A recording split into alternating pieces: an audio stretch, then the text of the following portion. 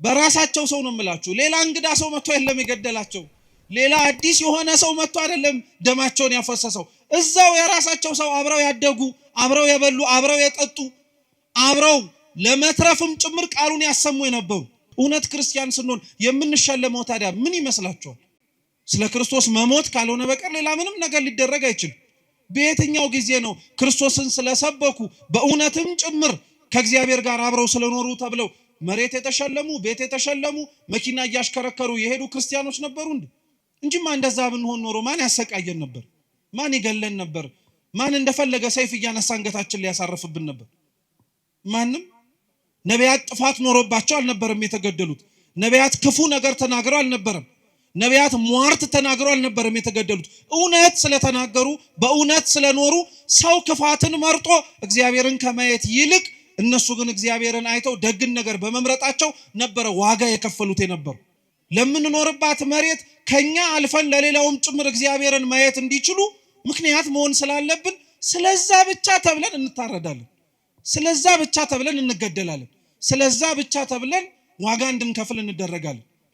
የሚጠሉት የሚገፉት የሌላውን ክፋት እንደ ክፋትነቱ፣ የሌላውን ኃጢአት እንደ ኃጢአትነቱ ከሰው ወቅሰው ፈርደው ሳይሆን የሆነውን እንደሆነ ስላሳዩ ነው። ሌላ ምንም ነገር ሆኖ አይደለም። ስላልሰሙ ጆሮዎቻችን፣ ማስተዋል ስላልቻለው አይምሯችን፣ እየተነገረው ነገር ግን ሰምቶ መኖር ስለከበደው ማንነታችን እግዚአብሔር አምላክ አልተወንም። ነቢያት እንዳልኳችሁ ነው የተገደሉት በሩቅ ሰው አይደለም። ዛሬም ሀገራችን ላይ ያሉት በየቦታው የሚሞቱት ወገኖቻችን የሚሞቱት በሩቅ ሰው አይደለም፣ በራሳቸው ሰው። ክርስቲያኖች ለሚኖሩባት ቦታ እንደ ዜጎች ይኖራሉ፣ ግን ስደተኞች ናቸው። አይገርማችሁም? ለሚኖሩባት መሬት ዜጎች ናቸው፣ ግን ስደተኞች ናቸው። ስደተኛ ሆኑት ግን መርጠው ነው፣ በሰማይ ስፍራ እንዳላቸው ስላወቁ። ነገር ግን ግብሩን የከበደን አሁን መኖሩ እንዳልኳችሁ ነው። እንኳን መከራው ከሩቅ ሆኖ ተሰምቶ ቀርቶ ቅርብ ያለነው ሰዎች እንኳን መስማት አንፈልግም፣ ያንገሸግሸናል፣ ሰለቸን እንላለን። የሞቱት ሳይሰለቹ አንተ የምትሰማው ትሰለቻለህ? የታረዱት ሳይሰለቹ አንተ እንዲህ የምትመለከተው በስልክ ደከመኝ ትላለህ? ሰው ከመስታወት ፊት ቆሞ እድፉን እንደሚያነጻው ሁሉ እውነተኛ ክርስቲያኖች የሰውን ጥላቻ፣ እውነተኛ ክርስቲያኖች ሰው እንዴት ከእግዚአብሔር እንደራቀ ፍንትው አድርገው የሚያሳዩ መስታወቶች ናቸው። በራሳቸው ሰው ነው የሚገደሉት። ሐቁ እንደዛ ነው። የሚገደሉት ጥፋት ኖሮባቸው አይደለም። የሚገደሉት ክርስቲያን ሆነው ስለተገኙ ነው። ክርስቲያን ስለሆኑ፣ ሌላ ምንም ነገር ስለሆኑ አይደለም። እንዲህ ብለን ለመናገር፣ እንዲህ ብለን ለማውራት፣ እንዲህ ብለንም ጭምር እውነታውን ለመመስከር ስለከበደን ካልሆነ በቀር እውነታው ግን ይሄ ነው። ነቢያት የሞቱት ለዚህ ነው። ዛሬም ያሉት ሰዎች የሚሞቱት ለዛው። ነቢያቱ መገደላቸው፣ ነቢያቱ መሞታቸው የወይኑ የባለቤቱን ስፍራ ግን ይበልጥ እንዲያውም ሌሎች መልእክተኞችን እንዲልክ ነው ያደረገው እንጂ ስለገደሉብኝ ብሎ እንዲያስቀምጣቸው አልተገደደም። እየሰማችሁ ነው? ጊዮርጊስ የሞተለትን፣ መርቆሪዎስ ሕይወቱን የሰጠለትን አምላክ እኮ ነው ዛሬም ድረስም ጭምር ክርስቲያኖች በየቦታው ሕይወታቸውን የሚሰጡለት። ሌላው ስለ ክርስቶስ መሞት አልደከመውም። አንተ ስለ ክርስቶስ የሚሞቱትን መስማት ሰልችቶሃል። ሌላው ስለ ክርስቶስ ዋጋ የሚከፍል አለ። አንተ ስለ ክርስቶስ ዋጋ የከፈሉትን ማዳመጥ ደክሞሃል። ስለ ክርስቶስ የሞቱትን ዜና መስማት የከበደው ሰው እንዴት ቆሞ የጊዮርጊስን ገድል ይሰማ? እንዴት ቆሞ የመርቆሪዎስን ገድል ይሰማ? አይችልም በፍጹም። የእግዚአብሔር በቀሉ ሰይፍና ስለት አንስቶ መቅሰፍትም ጭምር እየላከ መቅጣት ብቻ አይደለም፣ ያሳደዱትን እንዲሰደዱ ማድረግ ነው። የገደሉትን እንዲሞቱለት ማድረግ ነው። የጠሉትን ይበልጥ እንዲሞቱለት ማድረግ ነው። እግዚአብሔር አምላክ በቀለኛ ነው ማለት ዛሬ የገደሉትን እንደሚገደሉ ሆነው የሚመጡበት ጊዜ ሰዎች ይመጣሉ። ታያላችሁም ጭምር እግዚአብሔር ያደረገው። ዛሬ ያሳደዷትን ቤተክርስቲያን የሚሰደዱላት ይሆናሉ። ዛሬ የገደሏቸውን ሰዎች መልሰው የሚገደሉ ሆነው ስለ እግዚአብሔር አንገታቸውን የሚሰጡ ይሆናሉ። ይሄ ቤተክርስቲያናችን ሕይወት ላይ የነበረ ነው። በሁለተኛው ግልጽ የሆነው ምክንያታቸው ደግሞ እርሱን ከገደልን ወራሹንም ጭምር ካወጣን ባለቤትነቱ የቦታው የኛ ይሆናልን ብለው ጭምር ስላሰቡ ነው። እውነተኛ የሆኑ ክርስቲያኖች አድራሻቸው ጎልጎታ ላይ ነው። እውነተኛ የሚኖሩ ክርስቲያኖች የሚታዩት ከመስቀሉ ስር ነው። ስለ አምላካቸው መከራ እየተቀበሉ ማለት ነው። ስለ እግዚአብሔር ለመሞት ከመመኘታችሁ በፊት መጀመሪያ ስለ ክርስቶስ መኖርን መናፈቅ መቻል አለባችሁ። የዛን ጊዜ ላይ ገዳይ እስኪመጣም አትጠብቁም። እናንተው ራሳችሁ ለመሞትም ጭምር ትንደረደራላችሁ። ሞቱን መጀመሪያ ምን አስመኘህ? መኖሩን እስኪ መጀመሪያ ልመደው። እኔ ለሃይማኖቴ ሞታለሁ ትላለህ። አረ መኖሩን መጀመሪያ እስኪ ጀምረው። እንዲሁ ዝም ብሎ የሚሞት ይመስላል? እንዲሁ ዝም ብሎ አንገት የሚሰጥ ይመስላል? አይደለም። ክርስቲያኖች መኖር የጀመረ ሰው ነው ለመሞትም ጭምር የሚቸኩል።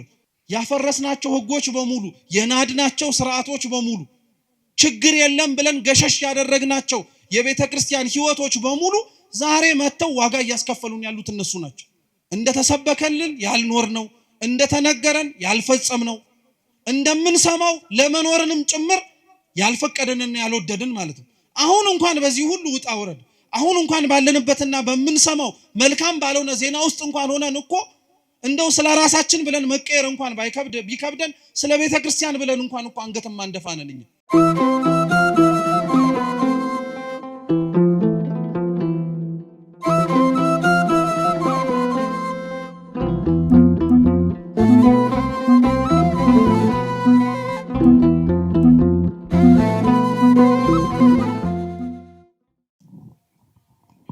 በስመ አብ ወወልድ ወመንፈስ ቅዱስ አሐዱ አምላክ አሜን። በስመ አብ ወወልድ ወመንፈስ ቅዱስ አሐዱ አምላክ አሜን። በስመ አብ ወወልድ ወመንፈስ ቅዱስ አሐዱ አምላክ አሜን። ክቡራን አባቶቻችን፣ አበው መነኮሳት፣ አባቶች ካህናት፣ ወንድሞች ዲያቆናት፣ ሊቃውንተ ቤተ ክርስቲያን፣ መምህራን፣ ዘማሪያን እንደየማዕረጋችሁ ከሩቅም ከቅርብም የተገኛችሁ የልዑል እግዚአብሔር ቤተሰቦች በወደደን ባከበረን በአምላካችን ፍጹም ሰላም እንደምን ዋላችሁ? እንደምን አመሻችሁ? እንደምን እስከ ሰዓት ደረሳችሁ? ቸርነቱን፣ ምሕረቱን፣ ይቅርታውን በእድሜያችን ላይ ጨምሮ በፊቱ ያሳየነውን የእምነት ማነስ የምግባር ጉድለትም ይቅር ብሎ እንደ ስራችን ሳይሆን እንደ ቸርነቱ ያቆየን የአባቶቻችን አምላክ ልዑል እግዚአብሔር ስሙ የተመሰገነ ይሁን። እንደ እግዚአብሔር ቅዱስ ፈቃድ ከዚህ ሰዓት በኋላ ባለን ደቂቃ ሕያውና ዘላለማዊ የሆነውን የአምላካችንን ቅዱስ ቃል እንማራለን። አምላካችን በጉባኤያችን በመሰባሰባችን መሃል ተገኝቶ እንዲያስተምረን፣ እንዲመክረን፣ እንዲገስጸን ሕያው ዘላለማዊ የሆነውን ቅዱስ ቃሉን መስማት እንድንችል አይነ ልቡናችንን እንዲያበራልን የተዘጋጀ ሕሊና እንዲሰጠን የእርሱ ቅዱስ ፈቃድ ይሁንልን። የሐዋርያው የቅዱስ ማቴዎስ ወንጌል ምዕራፍ 21 ከቁጥር 33 ጀምሮ የዓለም ሁሉ መድኃኒት የሆነ ጌታችን መድኃኒታችን ኢየሱስ ክርስቶስ ባስተማረው ትምህርት መነሻነት እንማራለን። የመጽሐፍ ቅዱሱን ቃል ሁላችሁ መስማት እንድትችሉ አነብላችሁና ወደ ትምህርታችን እንሄዳለን። እግዚአብሔር ከሁላችን ጋር ይሁን። ሌላ ምሳሌ ስሙ። የወይን አትክልት የተከለ ባለቤት ሰው ነበረ። ቅጥርም ቀጠረለት፣ መጥመቂያም ማሰለት፣ ግንብም ሰራና ለገበሬዎች አከራይቶ ወደ ሌላ ሀገር ሄደ። የሚያፈራበትም ጊዜ ሲቀርብ ፍሬውን ሊቀበሉ ባሮቹን ወደ ገበሬዎቹ ላከ። ገበሬዎቹም ባሮቹን ይዘው አንዱን ደበደቡት፣ አንዱንም ገደሉት፣ ሌላውንም ወገሩት። ደግሞም ከፊተኞቹ የሚበዙ ሌሎች ባሮችን ላከ፣ እንዲሁም አደረጉባቸው። በኋላ ግን ልጄን ይፈሩታል ብሎ ልጁን ላከላቸው። ገበሬዎቹ ግን ልጁን ባዩ ጊዜ እርስ በእርሳቸው ወራሹ ይህ ነውና እንግደለውና ርስቱን እናገኝ ተባባሉ። ይዘውም ከወይኑ አትክልት አወጡና ገደሉት። እንግዲህ የወይኑ አትክልት ጌታ በሚመጣ ጊዜ በእነዚህ ገበሬዎች ላይ ምን ያደርግባቸዋል? እነርሱም ክፉዎችን በክፉ ያጠፋቸዋል፣ የወይኑንም አትክልት ፍሬውን በየጊዜው ለሚያስረክቡ ለሌሎች ገበሬዎች ይሰጣቸዋል አሉት። ኢየሱስም እንዲህ አላቸው፣ ግንበኞች የናቁት ድንጋይ እርሱ የማዕዘን ራስ ሆነ። ይህም ከጌታ ዘንድ ሆነ፣ ለዓይኖቻችንም ድንቅ ነው የሚለውን ከቶ በመጽሐፍ አላነበባችሁምን? ስለዚህ እላችኋለሁ የእግዚአብሔር መንግሥት ከእናንተ ትወሰዳለች፣ ፍሬዋንም ለሚያደርግ ሕዝብ ትሰጣለች። በዚህም ድንጋይ ላይ የሚወድቅ ይቀጠቀጣል፣ ድንጋዩ ግን የሚወድቅበትን ሁሉ ይፈጨዋል አለ ይላል። ስለ ቅዱስ ቃሉ የአምላካችን የልዑል እግዚአብሔር ስም የተመሰገነ ይሁን። እንደ እግዚአብሔር ቅዱስ ፈቃድ እኛ የምንማማርበት የትምህርታችን ርዕስ በዚሁ ባነበብነው ቅዱስ ወንጌል ቁጥር 42 ላይ ያለው ኃይለ ቃል ይሆናል። ግንበኞች በሉ ሁላችሁም ግንበኞች የናቁት ድንጋይ እርሱ የማዕዘን ራስ ሆነ። እስኪ ድገሙት። ግንበኞች የናቁት ድንጋይ እርሱ የማዕዘን ራስ ሆነ። ሶስተኛ ድገሙት። ግንበኞች የናቁት ድንጋይ እርሱ የማዕዘን ራስ ሆነ።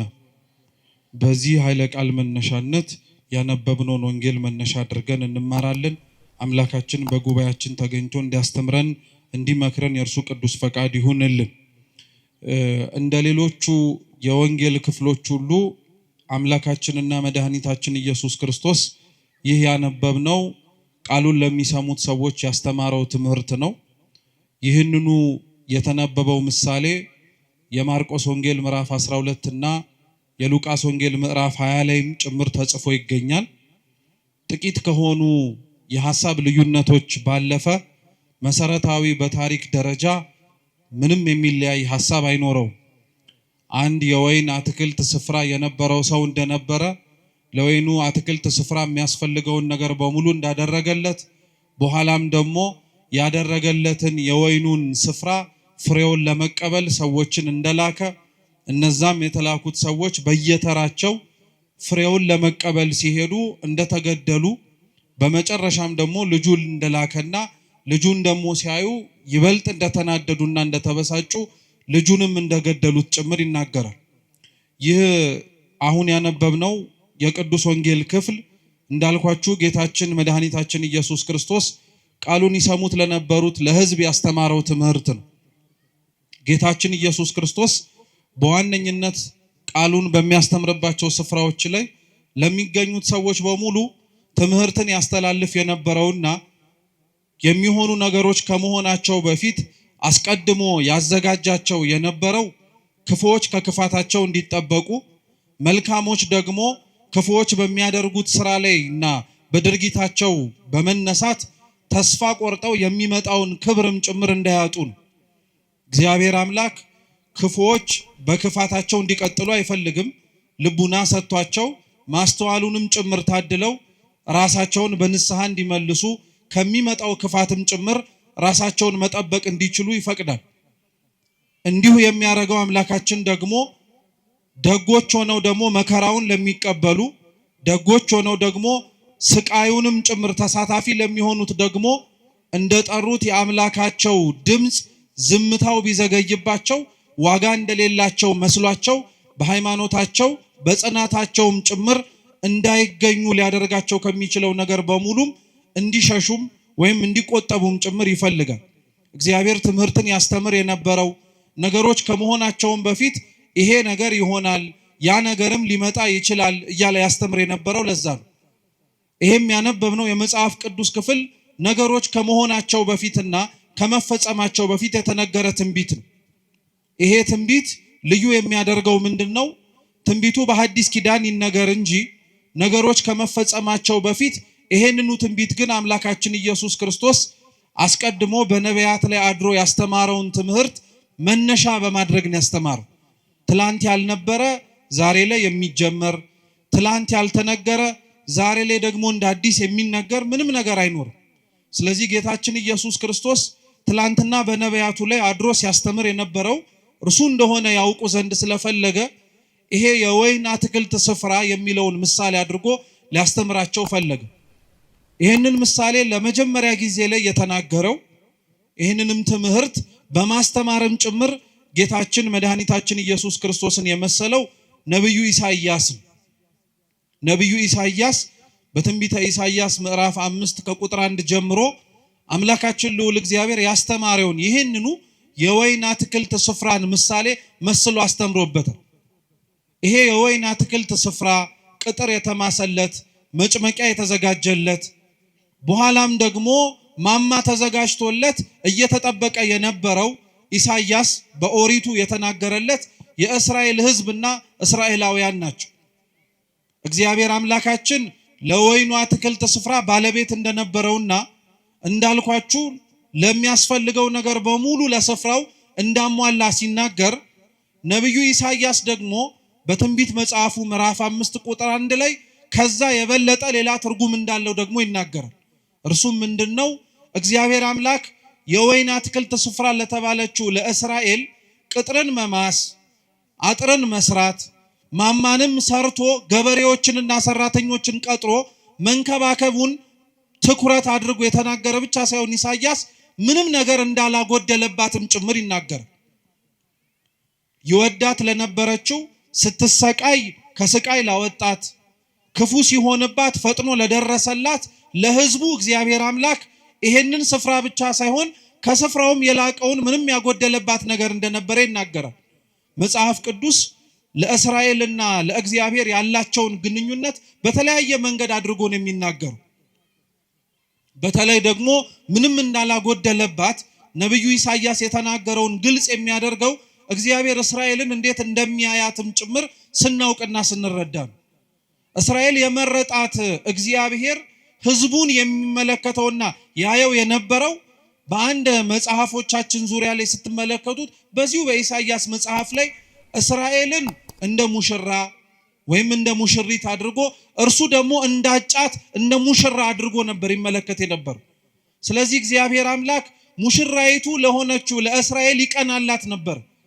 ከእርሱ ሸሽታ ጣዖትን ስታመልክ፣ ከእርሱ ርቃ ድምፁን መስማትን ስታቆም እግዚአብሔር ለእስራኤል ያሳያት የነበረው ነገር በሙሉ ስለሚጠላትና ስለተጸየፋት ስለምታደርግበትም ብዙ ውጣ ውረዶች እንዴት እንዳዘነባት እንድታውቅ ብቻ አልነበረም። ነገር ግን ፍቅሩ ዘልቆ እንዲገባት ስለፈለገ እስራኤልን ይቀጣት የነበረው፣ እስራኤልን ይመለከታት የነበረው፣ እስራኤልን አልፎም እንኳን ዝምታንም ያሰማት የነበረው እግዚአብሔር አምላክ ጠልቷት አልነበረም እና ይሄ እግዚአብሔር አምላክ ያደርግላት የነበረው ነገር በሙሉ ላልገባቸው ላልተረዳቸውና ከሩቅ ሆነው ይመለከቱት ለነበሩት ሰዎች እግዚአብሔር እንደተዋቸው፣ እግዚአብሔር እንደረሳቸው፣ እግዚአብሔር የሚጮሁትን ድምፃቸውን እንዳልሰማቸው አድርጎ ይሰማቸው ነበር። እግዚአብሔር ግን ይህን ያደርግበት የነበረበትን ምክንያት በኢሳይያስ አንደበት ላይ ሆኖ ሲናገር ምን አለ? በእውኑ ለወይኔ ቦታ ያጎደልኩበት ምንድነው አለ። እስኪ ያጎደልኩበት በሉ ምንድነው? እግዚአብሔር እውነት ነው የምነግራችሁ፣ ለእስራኤል ምንም ያጎደለባት ነገር የለም። እንኳን ባሪያ ሆና ከነበረችበት ከግብፅ ባርነት ነፃ ማውጣት ቀርቶ ምድራዊ የሆነ እንጀራ እንዳትበላ ከሰማይ መና ወርዶላታል። የደፈረሰና ንጹህ ያልሆነ ውሃ እንኳን ጠጥቻለሁ አጠጥቶኛል ብላ እንኳን እንዳታማው ከአለት ላይ የፈለቀ ንጹህ ውሃንም ጭምር ሰጥቷታል። በመንገዴ ማንም እንኳን አብሮኝ አልነበረም ብላ ራሷን ወደ ላይ አንስታ እግዚአብሔር ላይ እንዳታጉረመርም ከምድር ስንዝር ከፍ አድርጎ ከፊትና ከኋላ የሚመጡባትን ጠላቶቿን ጠብቆ ነው ሲንከባከባት የነበረው። ይህንኑ እንዲህ ያደረገላትን እግዚአብሔር ነው ራሷ እስራኤል ደግሞ ተነስታ የጎደለባት ይመስል ብዙ ነገርን ላይዋ ላይ አመጽ ያነሳችው እግዚአብሔር ነው እና እግዚአብሔር ለእስራኤል ምን አጎደልኩባት ብሎ እንደሚናገረው ሁሉ ኢሳይያስ የተናገረውን መልሶ እርሱ አምላካችን ኢየሱስ ክርስቶስ ሲራመድና በመሬት ላይ ሲያስተምር ያንኑ ትንቢት አንስቶ ሊያስተምራቸው ፈለገ። ለአንድ ሰው የወይን አትክልት ስፍራ ነበረው ወይም የወይን አትክልት ስፍራ የነበረው ባለቤት ነበራል። ቅጥር መቀጠር፣ መጭመቂያ ማዘጋጀት ከዛም አልፎ ደግሞ ማማ መዘርጋት ለአንድ ለወይን አትክልት ስፍራ የሚያስፈልጉ ነገሮች ናቸው።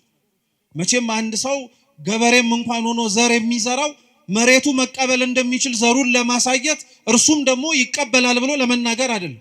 የዘራውን ዘር አጭዶ ጎተራ ለመክተት ከጎተራው አውጥቶ ቢወድ ሽጦ ሊያተርፍበት አለያ ደግሞ ከፈለገ ደግሞ እንዲበላው እንዲጠጣው።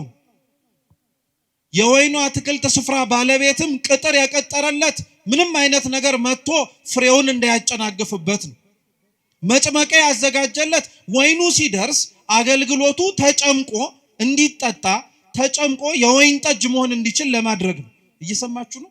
ማማም ያዘጋጀለት ደግሞ ከሩቅ የሚመጣ ጠላትን ወይም ከሩቅ የሚመጣ ቅጥሩን ሊያፈርስበት የሚችል ከወይኑ የፈለገውን ፍሬ ማግኘት እንዳይችል ሊያደርገው የሚችለውን ጠላት መመልከትና ማወቅ እንዲችል። ክርስቶስ በጅማሬው ይሄንን ያወራ የነበረው ስለ እስራኤላውያን የወይን አትክልት ስፍራ ተብላ የተነገረችው እስራኤል ናት። ቅጥር መቀጠር የተባለው እስራኤልን መጠበቁን መንከባከቡን ለማሳየት ነው። መጭመቂያ ያዘጋጀላት የሚባለው ደግሞ ከእግዚአብሔር የተቀበለችውን የሰጣትን ነገር በሙሉ ፍሬ ልታፈራበት የምትችለውን መጠቀም የምትችልበትን መንገድ ሰጣት። ቤተ መቅደስን ሰጣት፣ ታቦትን ሰጣት፣ ካህናትን ሰየመላት፣ መቅደስ አዘጋጅቶ መግባት መውጣት እንዲችሉ እነሱም ተሳታፊ መሆን እንዲችሉ መስዋዕት የሚያቀርቡበትንም ስርዓት ሰጣ። ቅጥር አዘጋጀላት አልኳችሁ፣ መጭመቂያ አዘጋጀላት፣ ማማም ጭምር ሰራላት። ማማው ከሩቅ የሚመጣ ጠላትን ለማወቅ እንዲረዳ ሁሉ መጽሐፍትን ሰጣት ማለት ነው። ነቢያትን አስነሳላት። ከሩቅ የሚመጣውን ክፉም ይሁን ደጉን መስማትና ማወቅ እንዲችሉ አዘጋጃቸው። ይሄ የተደረገለት ይሄ የተፈጸመለት ቦታ እንዳልኳችሁ በጅማሮ እስራኤል ናት። እስራኤል ግን ለዚህ ለተደረገላት ነገሩ አጸፋውን የመለሰችውና ለእግዚአብሔር ያሳየችው ግብረ መልስ ግን እንዴት ነበር? ሲነበብ እንደሰማችሁት ቅዱስ ወንጌሉ የወይኑ ስፍራ ባለቤት ወይኑ የሚያፈራበት ጊዜና ወቅት እንደደረሰ ስላወቀ ሰራተኞቹን ላካል። ሰራተኞቹን የላካቸው ልብ ብላችሁ ስሙ፣ ቅጥሩን እንዲያፈርሱ ወይ የቆመላቸውን ማማ እንዲንዱ ወይ መጭመቂያቸውንም ጭምር ደግሞ እንዲንዱባቸው አይደለም፣ ፍሬውን ብቻ መልቀም እንዲችሉና የተደከመባትን ድካም እንዳለና እንደሌለበት ለማየት። ሰራተኞቹ ግን ሲመጡ በውስጥ ይሰሩ የነበሩት ሌሎች ሰራተኞች ቀድመው በወይኑ ስፍራ ላይ የነበሩት በጣም አድርገው አስቸገሩ። እንዲያውም ይመጡ የነበሩትን ሰራተኞች አንዳንዶቹን ገደሏቸው፣ አንዳንዶቹን ወገሯቸው፣ አንዳንዶቹን ደግሞ በጣም ብዙ ስቃይን አሰቃዩአቸዋል። እግዚአብሔር ለደከመላት ለእስራኤል ይልካቸው የነበሩት ሰራተኞች የተባሉት ነቢያት ናቸው። መጽሐፍ ስለሰጣቸው ስለጠበቃቸው በእግዚአብሔር መቅደስ ውስጥ በረከትንና ፍሬን ማግኘት የሚችሉበትን መጠቀም የሚችሉበትን ነገር በሙሉ ስላደረጋቸው እግዚአብሔር ይሄ ይበቃቸዋል ብሎ አልተዋቸው። እግዚአብሔር እንዲህ አይነት አምላክ ነው። እኛ ለልጆቻችን በየትኛውም ጊዜ ላይ ዛሬ ስለለበሱ ይበቃቸዋል፣ ጠግበው ስላደሩም ነገ ያስፈልጋቸውም አንልም። እንዲያውም የበለጠውን ነገር እናደርግላቸዋለን። እግዚአብሔርም ለሕዝቡ እንደዛ ነው። መጽሐፍ ስለሰጠ መቅደስ ስለሰራ እንዲሁም የሚያስፈልገንን ነገር በሙሉ ስለሰጠ በቃ ይሄ ይበቃቸዋል አላለም። ነቢያትን ይልክላቸው ነበር። ለነቢያት ግን እነዚህ እስራኤላውያን ያሳዩ የነበሩት ግብረ መልስ ግን እንደነገርኳችሁ ገደሏቸው፣ አሰቃዩአቸው፣ ወገሯቸው። ይሄንን ሁሉ ነገር አደረጉባቸው። ይሄንን ሁሉ ሲያደርጉባቸው ግን ያደርጉት የነበረው ለምንድን ነው ጥያቄው። ልብ ብላችሁ ስሙ። እስራኤላውያን ነቢያትን ይገሉ የነበሩት እስራኤላውያን እግዚአብሔርን ቅዱስ ቃሉን የሚያስተምሯቸውን ሰዎች ያሳድዷቸው የነበሩበት ምክንያት ለምንድን ነው ስትሉ፣ አንደኛውና የመጀመሪያው ምክንያት ህዝቡ ከእግዚአብሔር ርቆ ስለነበረ ነው። ጥቂቶች መልእክት ለመላክ ከተላኩት በውስጥም ጭምር እግዚአብሔርን አብረው መርጠው ለመኖር ካልፈለጉት በቀር ብዙሃኑ በመሬት ሊመቸው የሚችለውንና በዚህ በሚኖርበት ህይወቱ ላይ ሳይጎልበት መመላለስ የሚችልበትን ምርጫዎች መርጦ ስለነበረ እነዚህን ነቢያት ቦታ ሰጥቶ ለማዳመጥ አልፈለግም። ነቢያትን ሁለተኛ ይገሏቸው የነበሩት መስታወት ስለሆኑባቸው ነው። ከእግዚአብሔር ፊት እንዴት መመላለስ እንደሚችሉ ስለነገሯቸው ብቻ ሳይሆን እግዚአብሔር የሚፈልጋቸው ሰዎች በምድር ላይ እንዴት መኖር እንዳለባቸው ከቃል ባለፈ በህይወት ስላሳዩአቸው። ነቢያት ጥፋት ኖሮባቸው አልነበረም የተገደሉት። ነቢያት ክፉ ነገር ተናግረው አልነበረም። ነቢያት ሟርት ተናግረው አልነበረም የተገደሉት። እውነት ስለተናገሩ በእውነት ስለኖሩ ሰው ክፋትን መርጦ እግዚአብሔርን ከማየት ይልቅ እነሱ ግን እግዚአብሔርን አይተው ደግን ነገር በመምረጣቸው ነበረ ዋጋ የከፈሉት የነበሩ። ስለዚህ ሁሉ ግን የደረሰባቸው ለነቢያትም ጭምር የተደረገላቸው አቀባበል ምንድነው ከተባለ ድንጋይ ነው። ምንድነው ከተባለ መጋዝ ነው። ምንድነው ከተባለ ሰይፍ ነው። ለዛ ነው ቅዱስ ጳውሎስ ራሱ በሐዲስ ኪዳን ክርስቶስን ስለመምረጣቸው ከእግዚአብሔር ጋር አብረውም ጭምር ለመኖር ምርጫቸው ስላደረጉ አንዳንዶች በፍሩክታ ሌሎችም በበረሃውና በየጉያው በሙሉ ተሰደዱአል። ልክ ዘማሪው እንደሚለው ማለት ነው፣ በየገዳማቱ በየበረሃው የሚል መዝሙር አታውቁ? ስለ ክርስቶስ ሲል የተከፈለ ዋጋ የሚከፈለው ሰዎች የሚደርሳቸው ገጸ በረከት ይሄ ነው። ነቢያት እግዚአብሔርን ስላሉ ተወገሩ። ነቢያት እግዚአብሔርን ስላሉ ተገደሉ። ነቢያት እግዚአብሔርን ስላሉ ብዙ ጸዋቶ መከራ ተቀበሉ እንጂ ክፋት ተገኝቶባቸው አልነበር። ነቢያት በዚህ አይነቱ ምክንያት ሲሞቱ፣ በዚህ አይነቱ ምክንያት በራሳቸው ሰው ነው የምላችሁ። ሌላ እንግዳ ሰው መጥቶ የለም የገደላቸው። ሌላ አዲስ የሆነ ሰው መጥቶ አይደለም ደማቸውን ያፈሰሰው። እዛው የራሳቸው ሰው አብረው ያደጉ፣ አብረው የበሉ፣ አብረው የጠጡ፣ አብረው ለመትረፍም ጭምር ቃሉን ያሰሙ የነበሩ። ክርስትና በነገራችን ላይ በጣም የሚደንቀው እኔነት ስለሌለበት ነው። በነገራችን ላይ እኔነት ስለሌለበት ነው። ስለተረፍን ወይ ስለተሰበሰብን ወይኛው ራሳችን እግዚአብሔር እንዴት እንደሚገኝ ስላወቅን ስለሌላው ግድ አይሰጠንም አንልም ክርስቲያኖች። እንጂማ እንደዛ ብንሆን ኖሮ ማን ያሰቃየን ነበር? ማን ይገለን ነበር? ማን እንደፈለገ ሰይፍ እያነሳ አንገታችን ሊያሳርፍብን ነበር? ማንም። እንዲሁ ዝም ብንል እንዲሁ ራሳችንና ራሳችን ብቻ ነው እንጂ ለሌላው አይመለከተንም ብንል ምንም አንሆንም። ግን እንደዛ እንድንሆን ደግሞ ተብለን አልተጠራንም፣ አልተዘጋጀንም። እግዚአብሔር ለዓለሙ ብርሃን እንድንሆን አልጫ ለሆነው ዓለም ጨው እንድንሆን አድርጎ ስላዘዘን ወደድም ጠላንም ለተቀመጥንባት ዓለም ነፍስ መሆን ስላለብን ለምንኖርባት መሬት ከኛ አልፈን ለሌላውም ጭምር እግዚአብሔርን ማየት እንዲችሉ ምክንያት መሆን ስላለብን ስለዛ ብቻ ተብለን እንታረዳለን። ስለዛ ብቻ ተብለን እንገደላለን። ስለዛ ብቻ ተብለን ዋጋ እንድንከፍል እንደረጋለን። ነቢያት እንዳልኳችሁ ነው የተገደሉት በሩቅ ሰው አይደለም። ዛሬም ሀገራችን ላይ ያሉት በየቦታው የሚሞቱት ወገኖቻችን የሚሞቱት በሩቅ ሰው አይደለም፣ በራሳቸው ሰው ነው። በራሳቸው ሰው ነው የሚገደሉት። ሐቁ እንደዛ ነው። የሚገደሉት ጥፋት ኖሮባቸው አይደለም። የሚገደሉት ክርስቲያን ሆነው ስለተገኙ ነው።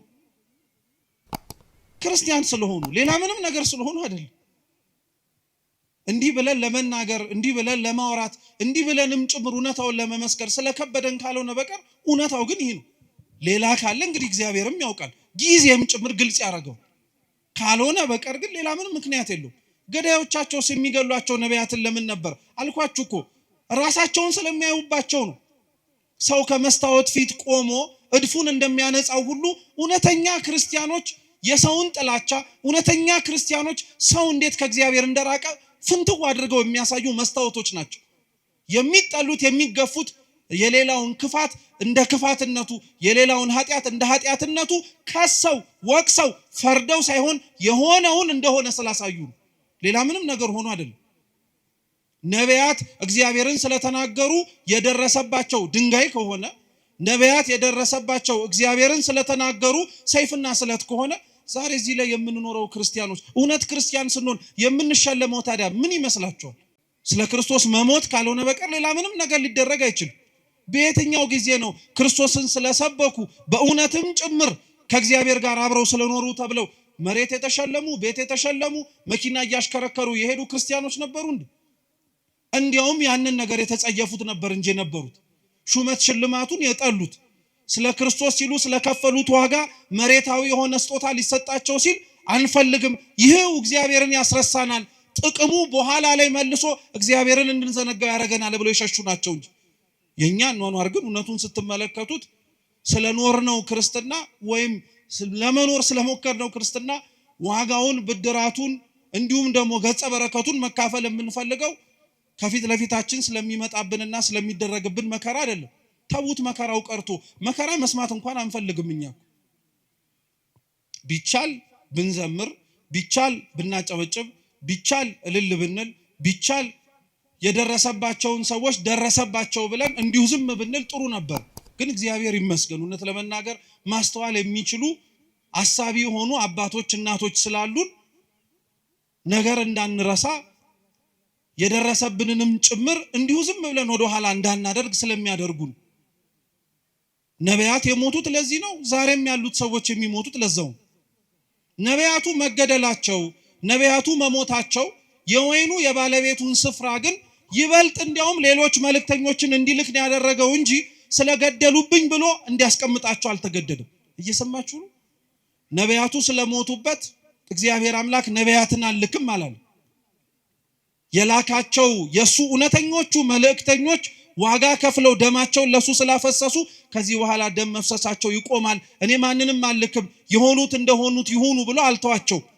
እንዲያውም ሲገሉ እየላከ ነው። ትምህርት ነው። በነገራችን ትምህርት ነው። ላስተዋለው ሰው እግዚአብሔር አምላክ ተስፋ አይቆርጥብንም ማለት ነው። ስላልሰሙ ጆሮዎቻችን፣ ማስተዋል ስላልቻለው አይምሯችን እየተነገረው ነገር ግን ሰምቶ መኖር ስለከበደው ማንነታችን እግዚአብሔር አምላክ አልተወንም። አሁንም ድረስ መስማት የምንችል ከሆነ አሁንም ድረስ መለወጥ የምንችል ከሆነ አሁንም ራሳችንን ማስተካከል የምንችል ከሆነ ሌሎችም ሰዎች እንዲሁ በሌሎችም ህይወታቸውም ጭምር መማር የምንችልበትን መንገድ ይከፍታል። በመጨረሻ ግን የወይኑ ባለቤት ስፍራ የተባለው አምላካችን ልዑል እግዚአብሔር ግን የላከው ልጁን ምኑን አልኳችሁ? ልጁን የላከው። ነቢያቱን የቀጧቸው ወይ መጀመሪያ የተላኩትን ሰራተኞች የገደሏቸው ሩቅ ስለሆነ ነው ብሎ አሰበላቸው። አይገርማችሁ? ሩቅ ስለሆኑ ማለት ነው፣ ቅርብ ስላልሆኑ አንድም መተው ቦታውን ይወርስብናል ብለው ስላሰቡ። ግን እግዚአብሔር አምላክ ስላደረጉት ግፍ በግፍ ስለፈጸሙት ክፋት በክፋት ሊመልስ የሚችል አምላክ አልነበረም፣ አልሆነባቸውም ጭምር። ይሄን ክርስቲያኖች ሁሌም እንምላችሁ እንዳትረሱት ባካችሁ። እግዚአብሔር አምላክ ስለደረሰብንና ስለሚሆንብን ክፋት በሙሉ በቀለኛ ነው ማለት አጥፊ ነው ብቻ ማለት አይደለም። እግዚአብሔር አምላክ በቀለኛ ነው ማለት ዛሬ የገደሉትን እንደሚገደሉ ሆነው የሚመጡበት ጊዜ ሰዎች ይመጣሉ። ታያላችሁም ጭምር እግዚአብሔር ያደረገው። ዛሬ ያሳደዷትን ቤተክርስቲያን የሚሰደዱላት ይሆናሉ። ዛሬ የገደሏቸውን ሰዎች መልሰው የሚገደሉ ሆነው ስለ እግዚአብሔር አንገታቸውን የሚሰጡ ይሆናሉ። ይሄ ቤተክርስቲያናችን ህይወት ላይ የነበረ ነው። ትላንትና ያሳደድ የነበረ ደማስቆ ድረስ ወርዶ አንገት ስቤ አመጣለሁ ያለው ጳውሎስ እኮ እዛው ተምሮና ተለውጦ የሚሰደድ ሰው ነው። የእግዚአብሔር በቀሉ ሰይፍና ስለት አንስቶ መቅሰፍትም ጭምር እየላከ መቅጣት ብቻ አይደለም፣ ያሳደዱትን እንዲሰደዱ ማድረግ ነው። የገደሉትን እንዲሞቱለት ማድረግ ነው። የጠሉትን ይበልጥ እንዲሞቱለት ማድረግ ነው። ይሄን እግዚአብሔር አምላክ አድርጎታል።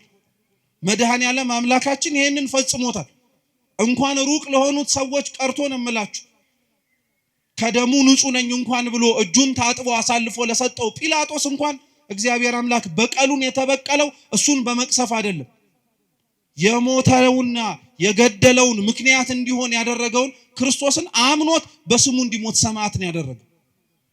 በቀልንም ስንመኝ እንዴት ያለውን በቀል መመኘት እንዳለብንም ማወቅ አለብን። ጨካኝ መሆን የለብንም። ዓለም ውስጥ ስንኖር ዓለሙን መስለንም መታየት የለብንም። እንደ ዓለሙ ማስተጋባት የለብንም። ለምዶብን ነው እንጂ ዓለም ለሚደርስባት ችግር ዓለም ለሚደርስባትም አጸፋ በሙሉ የምትመልሰው መግለጫ በመስጠት ነው። እኛም ለመድ ነው። ክፋት ሲደርስብን፣ ነውር ሲደርስብን፣ ግፍ ሲፈጸምብን መግለጫ እንሰጣለን። መግለጫው ክፉ ነው እያልን አይደለም። ነገር ግን ቤተክርስቲያን ስለሚደርስባት መከራ እጆቿን ዘርግታ መፍትሄ ወደሚሰጣት ወደ እግዚአብሔር ነው የምትጮኸው። ከንፈራችንን መጠን እንዲሁ ዝም ብለን አይደለም የምንሄደው። እንባችንን አፍስሰን እግዚአብሔር አምላክ እንዲመለከተን እንማጸናለን እንጂ።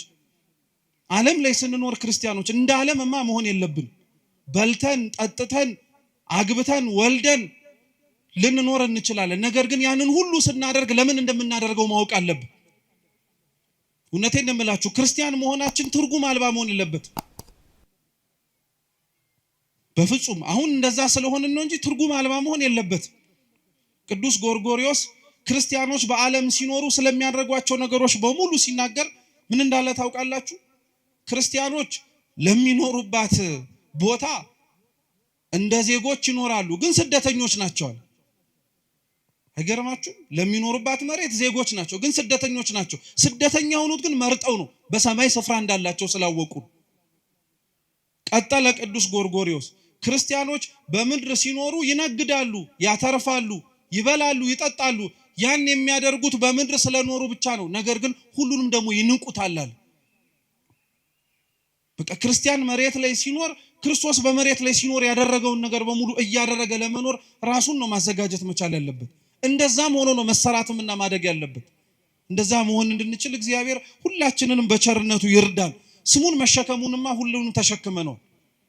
ነገር ግን ግብሩን የከበደን አሁን መኖሩ እንዳልኳችሁ ነው። እንኳን መከራው ከሩቅ ሆኖ ተሰምቶ ቀርቶ ቅርብ ያለነው ሰዎች እንኳን መስማት አንፈልግም፣ ያንገሸግሸናል፣ ሰለቸን እንላለን። የሞቱት ሳይሰለቹ አንተ የምትሰማው ትሰለቻለህ? የታረዱት ሳይሰለቹ አንተ እንዲህ የምትመለከተው በስልክ ደከመኝ ትላለህ? ይህ በጣም ከባድ እኮ ነው። በነገራችን ላይ ሌላው ስለ ክርስቶስ መሞት አልደከመውም፣ አንተ ስለ ክርስቶስ የሚሞቱትን መስማት ሰልችቶሃል። ሌላው ስለ ክርስቶስ ዋጋ የሚከፍል አለ፣ አንተ ስለ ክርስቶስ ዋጋ የከፈሉትን ማዳመጥ ደክሞሃል። በጣም ነው የሚያሳዝነው እኮ እውነት ለስሙ ደግሞ ሰማዕታትን እንዘክራለን እንላለን። የሰማዕታትን ዜና ቤተክርስቲያን የምትዘክረው ስዕላቸውን ስላ ብቻ አይደለም፣ ገድላቸውን እያነበበች እንዴት እንደኖሩም ጭምር በማሰማት። ስለ ክርስቶስ የሞቱትን ዜና መስማት የከበደው ሰው እንዴት ቆሞ የጊዮርጊስን ገድል ይሰማ? እንዴት ቆሞ የመርቆሪዎስን ገድል ይሰማ? አይችልም በፍጹም። ጊዮርጊስ የሞተለትን መርቆሪዎስ ሕይወቱን የሰጠለትን አምላክ እኮ ነው ዛሬም ድረስም ጭምር ክርስቲያኖች በየቦታው ሕይወታቸውን የሚሰጡለት። የነሱን ዜናማ መስማት እንዲያውም ጥብዓትን የሚጨምር፣ የነሱን ዜና ማዳመጥማ እንዲያውም ሕይወትን ነው ጭምር የሚያሞቅ። የነሱን ዜና መስማት እንዲያውም ከምንኖረው ከንቱ ሕይወታችን ባለፈ ለካ ሌላ ትርጉም ያለው ሕይወት እንዳለ እንድናውቅ ነው የሚያደርግ። እኛ አሁን የምንኖርበት ዓላማ እውነት የሚያስኖር ይመስላችኋል? እነሱ ግን ሊኖሩበት የመረጡትም ሊሞቱበትም ጭምር የወደዱት ዓላማቸው ጌታችን መድኃኒታችን ኢየሱስ ክርስቶስ ነው። እውነት እግዚአብሔር ስሙ የተመሰገነ ይሁን። ይህን ማየት እንድንችል ራሱ ያደረገ ክርስትና የለም ብለን ደፍረን እንዳንናገር፣ ስለ ክርስቶስ የሚኖሩ ሰዎች የሉም ብለን እንኳን አፋችንን ሞልተን እንዳንናገር የሚያደርገን ብዙ ምክንያት ይሰጠን። ብዙ ምክንያት። ከነዛ ሁሉ ምክንያት ትልቁ ምክንያት ግን እንዳልኳችሁ ልክ የወይኑ ባለቤት ስፍራ ነቢያቱን የቀደሙትን አባቶችን ልኮ ሰዎቹ በአጸፋው ሞትን እንደፈረዱባቸው ሁሉ ምናልባት ከሰሙ ምናልባት ካዳመጡ ብሎ ልጁን ላከላቸው ይላል። ልጁን ሳይውት ግን ጭራሽ ተናደዱ አለ ቅዱስ መጽሐፍ። ጭራሽ ተናደዱ። እንዲያውም ልጁ መሆኑ ራሱ ወራሽ እንደሆነ ያስታውቃል። እውነት ነው። ሊወርስ የሚችል ወራሽም ሆኖ ሊገኝ የሚችል የአባትን ንብረት ልጅ ሊሆን ስለሚችል፣ ስለዚህ ልጁን እንግደለው አሉ። ልብ ብላችሁ ስሙ። ለመግደል ምክንያታቸው አንደኛ ልጁ ስለሆነ ነው፣ ቅርበት ስላለው ማለት ነው። እየሰማችሁ ነው? ግን ቅርበት ስላለው ማለት ነው። የሩቅን ሰው በምን አድርጌ ምሳሌ ልስጣችሁ? ለምሳሌ ቤታችሁ ውስጥ አክስት ሲሞትና ወይ አጎት ሲሞትና ልጅ ሲሞት ያለው ልዩነት ተመሳሳይ ነው ወይስ አንድ ነው? ተመሳሳይ ነው ወይስ ይለያያል? ይለያያል እኮ። የሩቅ ዘመድ ሲሆን ወይም የስጋም ዘመድ ሆኖ እንደ ራሳችሁ እንደ ልጅ ሊሆን ግን አይችልም። ልብ ብላችሁ ስሙ። ጠላቶች የሆኑት የወይኑን ስፍራ ለማስተካከል ተሰይመው ልጁን ለመግደል የወሰኑት ሰዎች ቦታውን ለመውረስ ካላቸው ፍቅር ብቻ አይደለም፣ እርሱን በመግደል አባትየውን የበለጠ እንደሚያሳዝኑትም ጭምር ስለሚያውቁ ነው እንጂ። ስለዚህ እንግደለው ብለው ተማከሩ። በሁለተኛው ግልጽ የሆነው ምክንያታቸው ደግሞ እርሱን ከገደልን ወራሹንም ጭምር ካወጣን ባለቤትነቱ የቦታው የኛ ይሆናልን ብለው ጭምር ስላሰቡ ነው። ልጁን ያዙት፣ አሰቃዩት፣ አንገላቱት፣ ዋጋም ጭምር አስከፈሉት። ከነቢያት በኋላ የወይን አትክልት ስፍራ ለተባለች ለእስራኤል ለሕዝብ ሁሉ የተላከው ልጅ የሚባለው ዛሬ በዓሉን የምናከብርለት ቸሩ መድኃኔዓለም እግዚአብሔር አምላክ ክፋታችንን አይቶ እግዚአብሔር አምላክ ለላካቸው መልእክተኞቹ ለነቢያትና ለቅዱሳን የሰጠነውን ግብረ መልስና ክፋት ተመልክቶ ክፋትን በክፋት ሊመልስብን አልወደደም። እንዲያውም የበለጠ ደግነቱን አሳየን እንጂ፣ እንዲያውም የበለጠ ፍቅሩን አሳየን። ልጁን ሊሰጠን ወደደ። ጌታችን ኢየሱስ ክርስቶስን ልጁን የሰጠን። ይሄ ልጅ ተብሎ የተጠቀሰው በነገራችን ላይ እኛው ራሳችን ጠምዝዘን ስለ ክርስቶስ እንዲናገር ስላደረግነው አይደለም። ቅዱስ ቃሉ ልጁ ተብሎ የተጠቀሰው በወንጌል ስፍራ ላይ ተደጋጋሚ ብትፈልጉ የምታገኙት ጌታችን ኢየሱስ ክርስቶስን። ሌሎቻችን ለእግዚአብሔር ያለንን ልጅነት ቅዱስ መጽሐፍ ሲናገር ልጆች እያለን የሚጠራ፣ እስኪ ልጆች በሉ። አዎ እኛ ስንጠራ ልጆች ተብለን፣ ጌታችን መድኃኒታችን ኢየሱስ ክርስቶስ ግን ሲጠራ ልጅ ተብሎ ነው። ልዩነት ስላለው እኛ ልጆች የተባልነው ልጅነታችን የጸጋ ስለሆነ ነው፣ የስጦታ ነው። ልጅ አለመባልም እንችላለን እግዚአብሔርን አባት እንዲሆነን ካልመረጥን።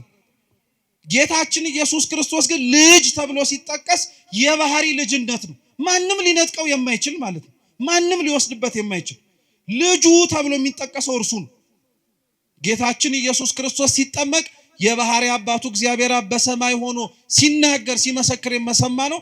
የምወደው ምኔን ያለው ልጄን ያለው የምወደው ልጄን ያለው በደብረ ታቦር የማርቆስ ወንጌል ምዕራፍ 9 ላይ ብርሃነ መለኮቱን ሲገልጥ ለደቀ መዛሙርቱ ሲያሳይስ ያው የባህሪ አባቱ እግዚአብሔር አብ ምን ብሎ ነው የምወደው ምን ያለው ልጄን ያለው። ስለዚህ ልጁን ላከላቸው የተባለው ክርስቶስ ነው፣ ሌላ ማንም አይደለም። ከመጭመቂያ ውስጥ ያሉ ሰማዕታት ከሰማዕታትም በደንብ ነው ያሉላት፣ ዘወትር ሊሞቱላት አንገታቸውና ሕይወታቸውን የማይሰስቱላት። አልኳችሁ ከቤተ ክርስቲያን የጎደለ ነገር ቢኖር እኛ ነን። እንደተሰበከልን ያልኖር ነው፣ እንደተነገረን ያልፈጸም ነው፣ እንደምንሰማው ለመኖርንም ጭምር ያልፈቀደንና ያልወደድን ማለት ነው። አሁን እንኳን በዚህ ሁሉ ውጣ ውረድ አሁን እንኳን ባለንበትና በመንሰማው መልካም ባለውነ ዜና ውስጥ እንኳን ሆነን እኮ እንደው ስለ ራሳችን ብለን መቀየር እንኳን ቢከብደን ስለ ቤተ ክርስቲያን ብለን እንኳን እኮ አንገትም አንደፋነን። እኛ ደፋሮች እኮ ነን። እውነቴን ነው የምነግራችሁ፣ ደፋሮች፣ ኃጢያታችን ግድ የማይሰጠን ማለት ነው። በደላችንና ነውራችን ምንም ነገር የማይከብደን። እውነቴን እኮ ነው የምላችሁ። እንዴት የራሳችን ኃጢያት ለራሳችንስ እሺ አይከብደን? ለምደነው ነው እንበል። የኛ ኃጢያት ለሀገር ለወገን ለራሳችን ለሆኑ ለቤተ ክርስቲያን ሰዎች ዋጋ ያስከፈለ መሆኑን እንኳን ስናውቀው እንዴት እግዚአብሔር ፊት ራሳችንን ዝቅ ማድረግና ማረን ማለት ይከብደናል? ጸሎት እኮ ተለምነን የምንጠራበት አይደለም። እኛው ራሳችን ተሰብስበን እንጸልይ ብለን የምናነሳው ነው እንጂ ጥሪ እኮ ነው። ክርስቲያኖች ምን እናርግ ነው ታዲያ የሚባለው? መፍትሄው ከእርሱ ነው ከተባለ እግዚአብሔር ነው መልስ የሚሰጠን ከተባለ እርሱን የምንጠራው በምንድን ነው? ሲመልሱልን በጸሎት እኮ ነው። ሌላ በምን ልንጠራው እንችላለን? ድረስልን ብለን በመጣራት ነው። ሌላ በምን ልንጠራው እንችላለን? ህይወታችን መስተካከል አለበት ክርስቲያኖች። እውነቴን ነው የምላችሁ። እዚህና እዛ ያለነው ሰዎች ምንም የሚለየን ነገር የለም። እዛ ያሉት ክርስቲያኖች እየሞቱ ያሉት፣ እዛ ያሉት ክርስቲያኖች ዋጋ እየከፈሉ ያሉት የሚያስገድል ምክንያት ኖራቸው አይደለም። እኛ እዚህ ያለን የምንኖር ሰዎች ደግሞ የሚያስኖር ምንም ጽድቅ ተገኝቶብን አይደለም። እነሱን የሚያስገድል ምክንያት እኛን የሚያስኖር ምን ነገር አለ? እንደውም ተገላቢጦሽ ቢሆን ነው እንጂ እዚህማ ክፋትን ሊያስነሳብን እኛ ራሳችን ላይ አጸፋው ሊመለስብን የሚችል ብዙ ኃጢያት አለብን፣ ብዙ ክፋት አለብን፣ ብዙ ነውር አለብን። እግዚአብሔር የሚያውቀው ከዛም አልፎ እኛው ራሳችን የምናውቀው ማለት ነው። ቦታ ካለየን በቀር ምን የሚለየን ነገር አለ? መስተካከል ካለብን መስተካከል አለብን ክርስቲያኖች። እውነቴን ነው የምላችሁ። ሁላችን ያጠፋነውን የሳትነውን ያጎደልነውን ይጠቅማል ብለን ነገር ግን በዘለቄታው ቤተክርስቲያኒቷን እየጎዳት ያለውን ነገር በሙሉ እውነቴን ነው የምላችሁ መስተካከል አለብን። በቃ ያፈረስናቸው ህጎች በሙሉ የናድናቸው ስርዓቶች በሙሉ ችግር የለም ብለን ገሸሽ ያደረግናቸው የቤተክርስቲያን ህይወቶች በሙሉ ዛሬ መተው ዋጋ እያስከፈሉን ያሉት እነሱ ናቸው። ሌላ ምንም ነገር አይደለም ክርስቲያኖች፣ እነሱ ናቸው። የትላንትና ኃጢያቶቻችን ማስተካከል ያልመረጥናቸው እንዲያውም ለምደን ጭራሽ እንደ ስርዓት እያደረግን ለመኖር የወደድናቸው ዛሬ ዋጋ ያስከፍሉናል። ካላስተካከልናቸው ነገም አያቆምም፣ ነገም ይቀጥልብናል። ስለዚህ ቢያንስ እንኳን መፍትሄን ፈልግ ብለን ቢያንስ እንኳን እናስብ ብለን ቢያንስ እንኳን ከኛ ምን ይጠበቃል ስንል ከኛ ምን ይጠበቃል የሚለው ጥያቄ መልሶ የሚጀምረው ከየግለሰብ ከራሳችን። ከገሌ የሚጠበቅበትን ካላወቅ ካንተና ከኔ የሚጠበቅበትን ልንገር፣ ንስሐ እንግባ፣ ክፋት መስራታችንን እንመን፣ ለወደቁት ሰዎች ደርሰን ለማንሳት እጆቻችን ባይዘረጉ ሊያነሳቸው ወደሚችል እግዚአብሔር እጆቻችንን እንዘርጋ፣ ልባችንን እንክፈት። ቢያንስ ይሄንን አንድ ሰው ማድረግ ይችላል። ሌላውን ብንተው ማለት ነው። ልጁን ነደደላቸው፣ ልጁን ላከላቸው፣ ሰደደላቸው። እነሱ ምንም ቁም ነገር አልነበረም። እንዲያውም የምታስታውሱ ከሆነ ነቢያትን ካሰቃዩበት፣ ነቢያትን ከበደሉበትና ነቢያትን ዋጋ ካስከፈሉበት በላይ ክርስቶስን ዋጋ አስከፍለውታል። አሰቃይተውታል፣ ገርፈውታል። በአንድ ፍርደኛ ሊደረግበት የማይገባውን ነገር በሙሉ በአምላካችን አርገውበታል። መግረፍ ብቻ አይደለም፣ ውሃ እንዲጠማ አርገውታል። መስቀል አሸክመውታል።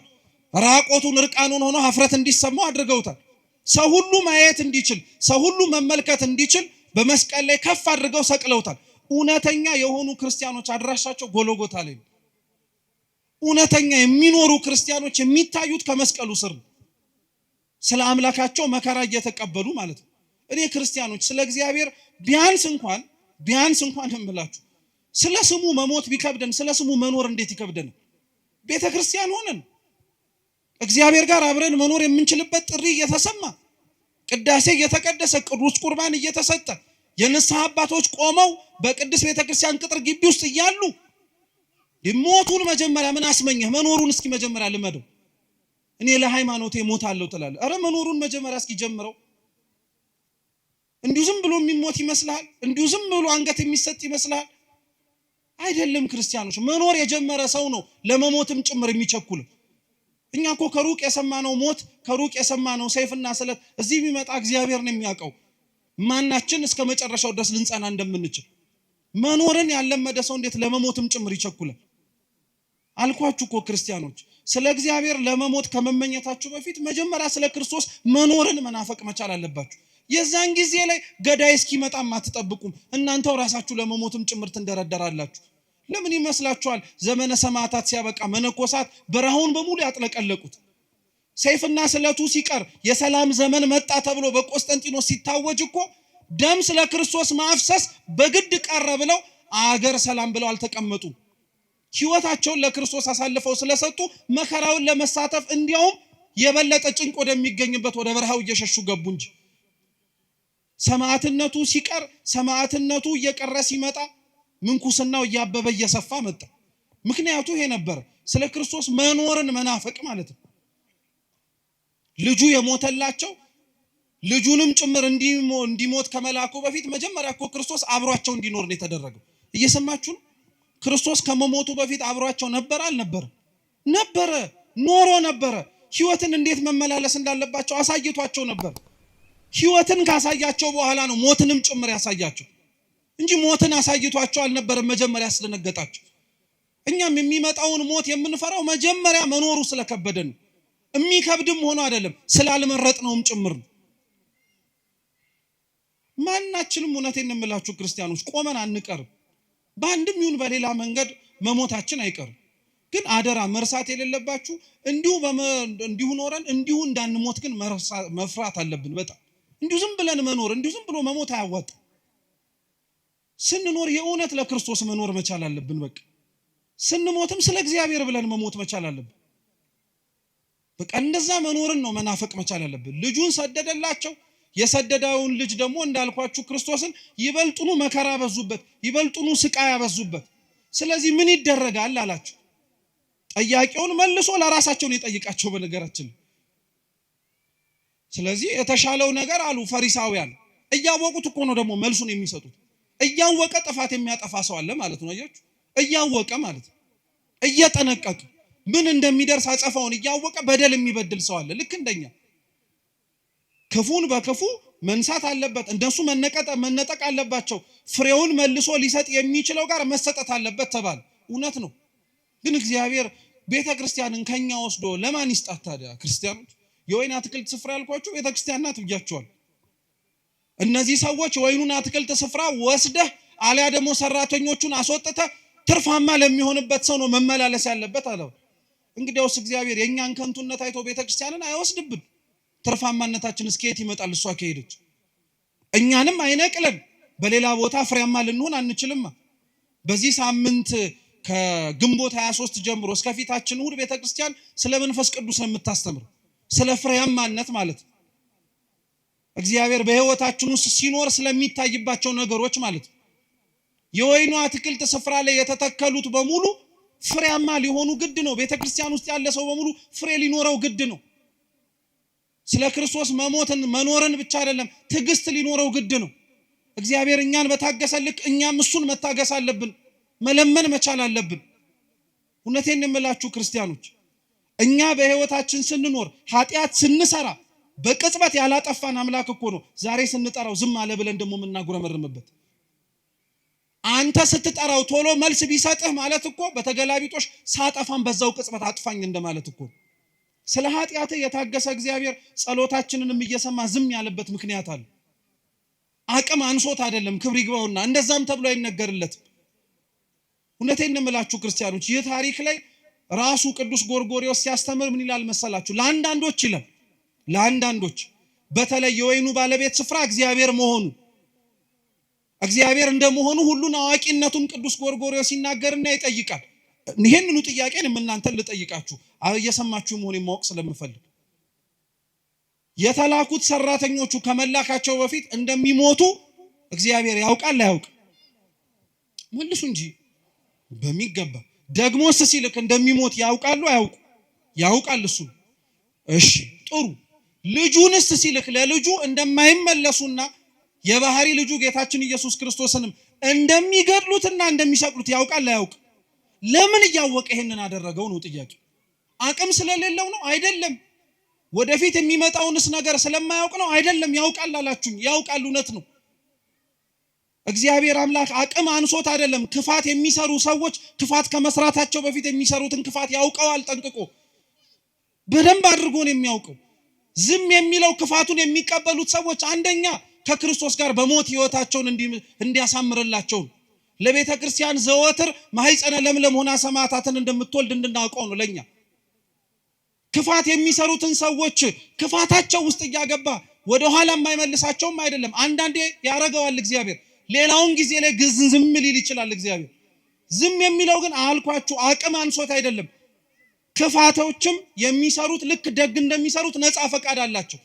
ይሁዳ ክርስቶስን አሳልፎ እንደሚሸጠው ጠንቅቆ እያወቀ አይደለ እንዴ ምን ሲያደርግለት የነበረው? ዝም ብሎ ታግሶት አልነበረ? አሳልፎስ እንዳይሰጠው ምልክትስ እየነገረው አልነበረ? ተው እያለ እየተናገረ አልነበረ? ተናግሮታል እኮ በተደጋጋሚ። ይሁዳን እንዳይሸጠው፣ ይሁዳ ክፋት እንዳይሰራ፣ ይሁዳ ኃጢአት እንዳይሰራ በደንብ አድርጎ ደጋግሞ ነግሮታል። ነፃ ፈቃዱን አልገፈፈው። ዛሬም ክፋት የሚሰሩትን ሰዎች ክፋታቸውን እያወቀ እንዳይሰሩት ይናገራል እግዚአብሔር። አልሰማም ካለ፣ አላዳምጥም ካለ፣ አሻፈረኝ ካለ ግን በኋላ ላይ የሚመጣውን ደግሞ በጸጋ መቀበልም ግዴታ አለበት። እግዚአብሔር አምላክ የቁጣውን በትር አንስቶ እርሱም ደግሞ መልስ ሰጣለሁ ካለ ለማዳመጥ ዝግጁ መሆን መቻል አለበት ማለት ነው። ክርስቶስ ከዛ በኋላ ይሄንን ሲነግራቸው አይ የወይኑ አትክልት ስፍራ መነጠቅ አለበት፣ ሰራተኞቹ መለወጥ አለበት ብለው ራሳቸው በራሳቸው ላይ ፈረዱ። እኛም እውነት ራሳችን ላይ ለመፍረድ እግዚአብሔር በቸርነቱ ይርዳል። ከእግዚአብሔር የፍርድ ዙፋን ፊት ሳትቆሙ ክርስቲያኖች እናንተው ራሳችሁ ከእግዚአብሔር ፊት አሁን ቆማችሁ ራሳችሁ ላይ ፍረዱ። ንስሐ ግቡ ማለት ነው። በቃ ንስሐ እንግባ። በደል መስራታችንን እንመን። ምንም ደስ የሚያሰኝ ምንም የሚያኩራራ ምንም አንገትን ቀና አድርጎ የሚያስኬድ ነገር የለን። ምን እንደምላችሁ አሁን ያለንበት ወቅት የሐዘን ስለሆነ አይደል። በዚህ ዓለም ላይ ስንኖር ቀና ብለን ለምንኖርበትና ቀና ብሎ ሊያስኬደን የሚችለው ምክንያት ክርስቶስ ካልሆነ በቀር ምድራዊ ነገራችን ሊሆን ስለማይችል በፍጹም ሊሆን አይችልም። ራሳቸው በራሳቸው ላይ ፈረዱ። ፈርደው ግን አልተስተካከሉ። እኛም መስማቱን እንሰማዋለን፣ ሰምተን ግን አልተለወጥንም። እንድንለወጥ እግዚአብሔር በቸርነቱ ይርዳል። ይህንኑ አላቸው። ቀጠለና ጌታችን መድኃኒታችን ኢየሱስ ክርስቶስ ግን እኛ ለትምህርታችን ርዕስ ያደረግነውን ኃይለ ቃል ነገራቸው። እስኪ ግንበኞች በሉ። የናቁት ድንጋይ እርሱ የማዕዘን ራስ ሆነ። ግንበኞች የተባሉት አይሁድ ናቸው። የናቁት ድንጋይ የተባለው ክርስቶስ ነው። ድንጋይ መሆኑን የምታውቁት ወይም አለት መሆኑን የምታውቁት አምላካችን ኢየሱስ ክርስቶስ ትዝ የሚላችሁ ከሆነ በፊልጵስዩስ ቂሳሪያ ስለማንነቱ ለደቀ መዛሙርቱ ሲጠይቃቸው ቅዱስ ጴጥሮስ አንተ የሕያው የእግዚአብሔር ልጅ ነህ ሲለው ጴጥሮስ ሆይ አንተ ምንድን ነህ ያለው? አለት ነህ፣ ድንጋይ ነህ ብሎ ነው የተናገረው። አለትነቱ የጴጥሮስ ድንጋይነቱ የጴጥሮስ ንግግሩ ነው። ጌታችን መድኃኒታችን ኢየሱስ ክርስቶስ ነው በሱ አለትነት ላይ የታነጸ በሱ አለትነት ላይ የተመሰረተ ምንም ነገር እንደማይናወጽ ለማስተማር ነው። እየሰማችሁ ነው። ስለዚህ የመጀመሪያው ድንጋይ ጌታችን መድኃኒታችን ኢየሱስ ክርስቶስ ነው። ግንበኞች የናቁት የተባለው ድንጋይ ጌታችን ኢየሱስ ክርስቶስ የማዕዘን ራስ ይሆናል አለ። ምን ማለት መሰላችሁ? እነሱ የገፉት፣ እነሱ የናቁት፣ እነሱ የሰቀሉት፣ እነሱ ከፊት ለፊታቸው ያባረሩት ጌታችን ኢየሱስ ክርስቶስ ትልቁንና ዋናውን ስፍራ ይዛል። በጣም ነው የሚደንቀው። ቅዱስ ባስልዮስ ዘቂሳሪያ እቺኑ ቃል ሲተረጉም ምን ይላል መሰላችሁ?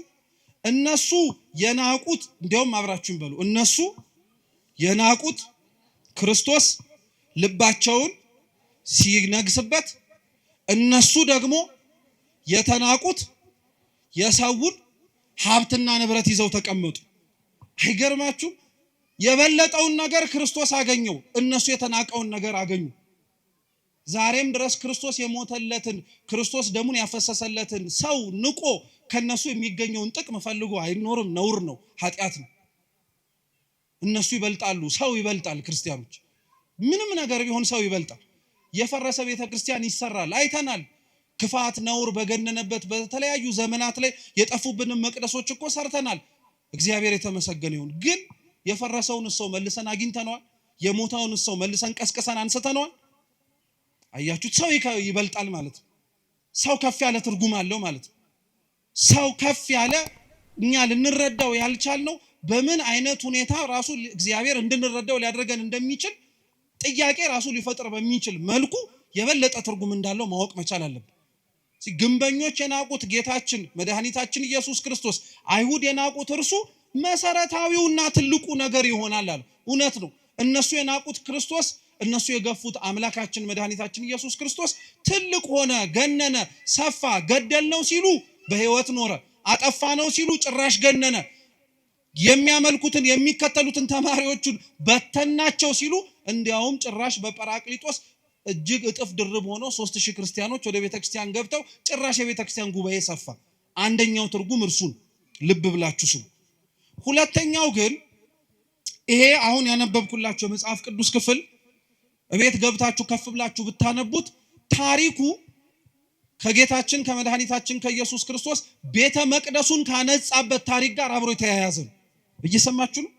አስታወሳችሁት? ቤተ መቅደስ ውስጥ ገብቶ ቤቴ የጸሎት ቤት ነው እንጂ የወንበዴዎች ዋሻ አይደለም ብሎ ሲያነጻ እርሱ የተነገረበት ክፍለ ምንባብ ላይ ነው ይሄም ያለው አብሮ። በዕብራይስጥ ልጅ የሚለው ቃልና ድንጋይ የሚለው ቃል ተመሳሳይ ነው። ማለትም ደግሞ ቃሉ ይተረጎማል፣ አብሮ ይጠጋጋል። በዕብራይስጥ ድንጋይ ማለት እብን ማለት ነው። እየሰማችሁ ነው አይደል?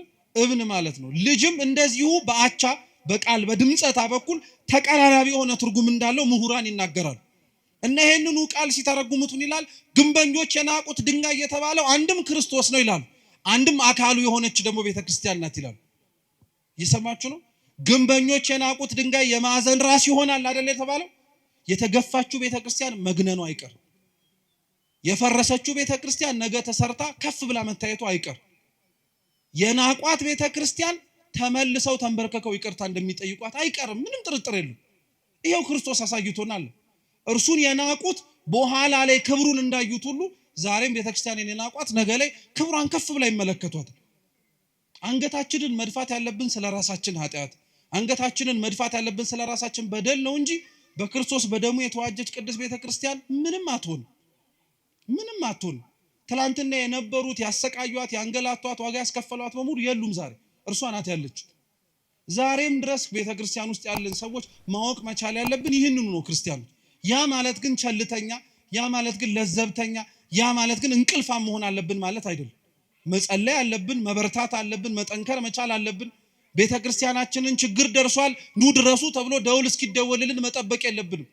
ይሄው የተሰበሰበው የማታ ጉባኤ ህዝብ ነገ በቅዳሴው ተሞ ተሰብስቦ ቅዱስ ሥጋውን ክቡር ደሙን እየተቀበለ መገኘት መቻል አለበት። ያኔ ቤተክርስቲያን አለች ይባላል። ያኔ ቤተክርስቲያን እየሰራች ነው እየተገኘችም ነው ይባላል። ስለዚህ የተናቀችው ቤተክርስቲያን ሁሌም ተንቃ አትቀርም። የተገፋው መድኃኒታችን ኢየሱስ ክርስቶስ በምእመናን ልብ ላይ እንደነገሰው ሁሉ ባሳደዷት ልብም ላይ ቅዱስ ቤተክርስቲያን ነግሳ የምናይበትን ዘመን አምላካችን ቅዱስ እግዚአብሔር ቅርብ ያድርግልን። የሰማነውን በልቡናችን ሰሌዳ ይጻፍልን። አምላካችን መድኃኒታችን ኢየሱስ ክርስቶስ በሀገራችን በሚቀበሉት ስለ ክርስቶስ ሲሉ ስለሚሞቱት ወገኖቻችን ብሎ የነሱን ደም አይቶ እኛን የደነዘዝነውን ያንቃን። እነሱን በቸርነቱ የጎበኘ እግዚአብሔር እኛንም በምህረቱ ኃጢአታችንን ይቅር እንዲለን ንስሐ ገብተን ቅዱስ ቁርባን መቀበል የምንችልበትም እድሜ እንደጨመረልን መጠቀም እንድንችል በቸርነቱ ይርዳን። በጎደለው በነጠበው በሊቃውንቱ በመምህራኑ የሚታረም ይሁን። ወስብሐት ለእግዚአብሔር።